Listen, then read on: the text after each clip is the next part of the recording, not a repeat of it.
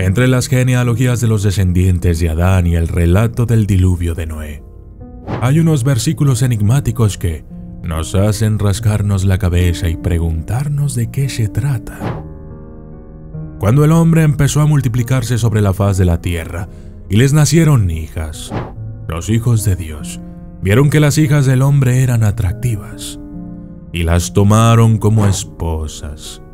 Entonces el Señor dijo: Mi espíritu no permanecerá en el hombre para siempre, porque es carne.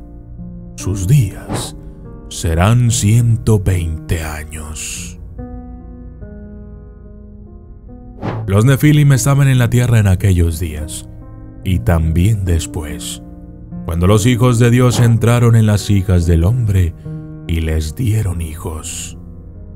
Estos eran los hombres poderosos de la antigüedad, los hombres de renombre. A menudo es más fácil encogerse de hombros y pasar a la historia de Noé y su familia.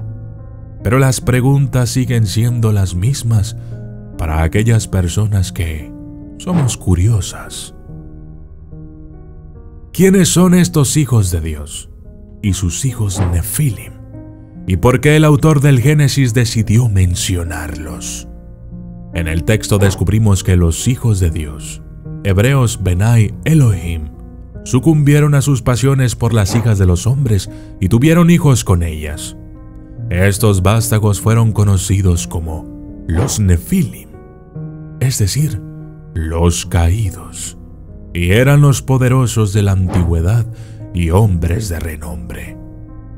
Aunque siglos de tradición rabínica y eclesiástica digan lo contrario, el público al que iba dirigido el texto habría entendido que los hijos de Dios eran los miembros de la asamblea divina mencionados en toda la literatura del antiguo cercano oriente, incluida la Biblia. Para entenderlo, basta con echar un ojo a Job 6.1, Job 38.7, Salmo 29.1 y Salmo 82. En los textos bíblicos, los hijos de Dios suelen describirse como seres celestiales menores al servicio del Altísimo. En los textos de las culturas que rodeaban a Israel, como la literatura cananea encontrada en Ugarit, los hijos de Dios aparecen igualmente como seres divinos al servicio del Rey de los dioses, Él, y de su reina, Asherah. Incluyen a personajes como Baal, Anat, Astarte, Yam y Mot. En aquellos tiempos, la gente que hubiera leído el Génesis habría entendido sin duda que estos llamados caídos eran la descendencia de los seres celestiales y mujeres humanas. Casualmente, la raíz de la palabra Nefilim se utiliza en otro lugar para abortos y otros nacimientos extraños, como en el Éxodo 21:22. La razón por la que el autor decidió mencionar a los Nefilim puede encontrarse en su descripción, que traducida significa algo así como antiguos campeones que se hicieron un nombre. Toda sociedad tiene mitos y leyendas sobre dioses que tuvieron hijos con humanos que se convirtieron en héroes épicos y reyes legendarios. Muchos de nosotros en Occidente estamos familiarizados con las hazañas de Hércules, Aquiles y Perseo, y las versiones clásicas de sus historias se han contado durante más de 2000 años. Sin embargo, muchas historias clásicas famosas no son más que una reimaginación de otras anteriores en Oriente Próximo. Existía un vasto corpus de literatura heroica desde Babilonia hasta Egipto, que incluía relatos como la epopeya de Gilgamesh, y los antiguos israelitas probablemente conocían estas historias. Los líderes religiosos del antiguo Israel probablemente temían que las historias de Gilgamesh y otros semidioses llevaran al pueblo a la idolatría. Entonces optaron por una solución mucho más diplomática para la afición de los israelitas a las historias de héroes épicos. Les dieron una explicación ortodoxa y las integraron en el contexto de su propia narrativa. En lugar de negar por completo la existencia de los héroes famosos, el autor los califica como los caídos y prácticamente los culpa de la total depravación que cayó sobre el mundo y que hizo necesario el diluvio. Justo después del diluvio, en Babel, Babilonia, un lugar con una larga asociación con relatos épicos y reyes legendarios, los seres humanos decidieron unirse y construir una torre hacia el cielo para hacerse un nombre. Génesis 11, 1 al 9. Pero, ¿por qué los humanos querían alcanzar el cielo? Esa es una pregunta que intentaremos analizar en otra ocasión. Así es que, asegúrate de estar suscrito. Continuamos. Pero de nada sirvió que Dios causara un diluvio para acabar con los Nefilim, bíblicamente hablando, porque el legado de los Nefilim no terminó con el diluvio, ya que los textos bíblicos siguen atribuyéndoles ser los antepasados de algunos de los enemigos más temidos de los israelitas. Números 13:33.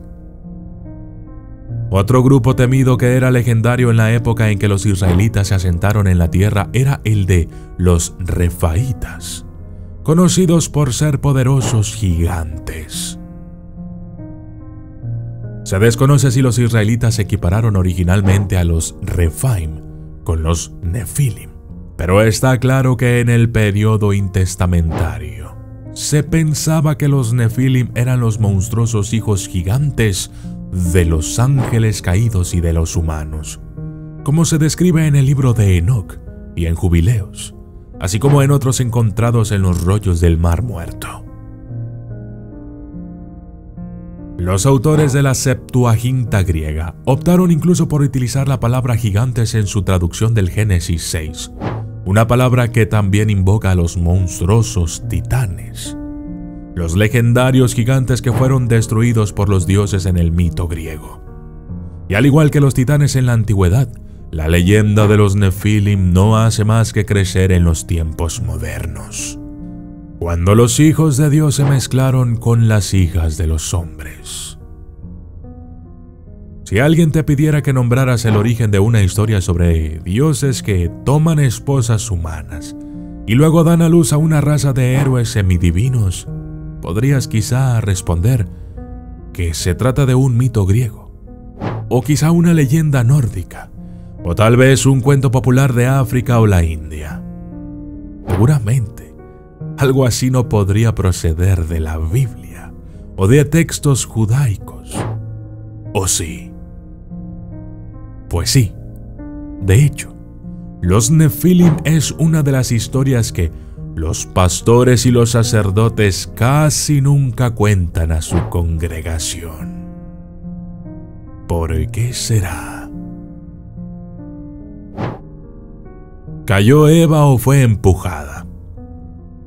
En el siglo XVI se extendió por toda Europa una moda de caza de brujas. Cientos de miles de mujeres fueron acusadas de brujería, torturadas y ejecutadas. La manía de las brujas, como se conoce, fue estimulada por la publicación de una guía para la identificación y eliminación de las brujas, escrito para la Iglesia Católica Romana. Este influyente manual, llamado el Malleus Maleficarum, el martillo contra las brujas, remontaba las raíces de la brujería a la primera mujer. La primera religión mundial no fue el judaísmo, el cristianismo o el islam. Fue el maniqueísmo.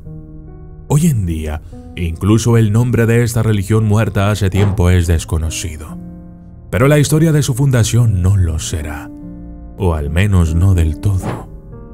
Porque aquí, Adán, Eva y los demás queridos personajes del Génesis se entretejen en un relato ajeno de una batalla primigenia entre el Padre de la grandeza y los hijos de la oscuridad. Aquí, el antepasado bíblico Set, hijo de Adán y Eva, aparece como antepasado espiritual de Mani, el profeta babilónico del siglo III de nuestra era, que fundó el maniqueísmo. Y yo soy el documentalista, y esto fue Los Nefilim y los hijos de Dios.